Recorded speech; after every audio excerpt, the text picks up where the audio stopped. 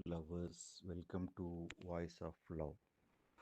సైకి మరియు ఏరోస్ యొక్క ప్రేమ కథల్లో పాతాళలోకానికి వెళ్ళాల్సిన చివరి పరీక్షలో ఎదుర్కొంటున్న సైకి నిరాశతో ఒక గోపురం పైకెక్కింది.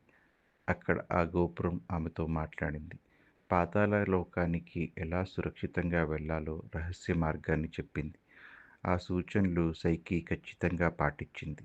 పాతాళలోకానికి వెళ్ళే మార్గంలో ఆమె పడవదారుడు షెరాన్కి నాణాలిచ్చి అతని పడవలో నది దాటింది. తర్వాత పాతాళలోక ద్వారాన్ని కాపలాగా కాస్తున్న మూడు తలల కుక్క సెబ్రోస్ని తేనెలో నానబెట్టిన కేక్తో మోసం చేసి దాటింది. మార్గమంతా ఎన్నో ఆకర్షణలు, ఎన్నో మోసాలు ఎదురయ్యాయి. కానీ గోపురం చెప్పిన మాటలు గుర్తుపెట్టుకున్న ఆమె ఒక్కదానికి లోబడలేదు. చివరికి పాతాళలోకంలో రాణి సైఫ్రోస్ని కలిసింది. ఆమె దగ్గరకు నుంచి అందాల పెట్టెను తీసుకొని సైకి తిరుగు ప్రయాణం ప్రారంభించింది.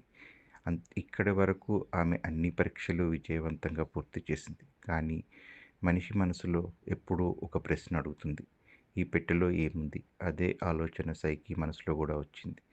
ఇందులో ఉన్న అందాన్ని కొంచెం తీసుకుంటే ఈరోస్ ముందు తను మరింకా అందంగా కనిపిస్తుంది కదా అని ఆమె అనుకుంది. ఆ కుతూహలం చివరకు ఆమెను ఓడించింది. సైకి ఆ పెట్టె తెరిచింది. కానీ అందులో అందం లేదు. దానికి బదులుగా మరణం లాంటి గాఢమైన నిద్ర బయటికి వచ్చింది. ఆ నిద్ర వెంటనే సైకిని కమ్మేసింది. అలా అన్ని పరీక్షలు పూర్తి చేసి చివరి క్షణంలోనే సైకి నేలపై కూలిపోయింది. ఇప్పుడు ప్రశ్న ఒక్కటే: సైకి ఇంకెప్పటికీ మేలుకొనదా? లేదా ప్రేమదేవుడు ఎరోస్ మళ్ళీ ఆమెను రక్షిస్తాడా అన్నది మనం తర్వాతి భాగంలో తెలుసుకుందాం. మీ వాయిస్ ఆఫ్ లవ్లో.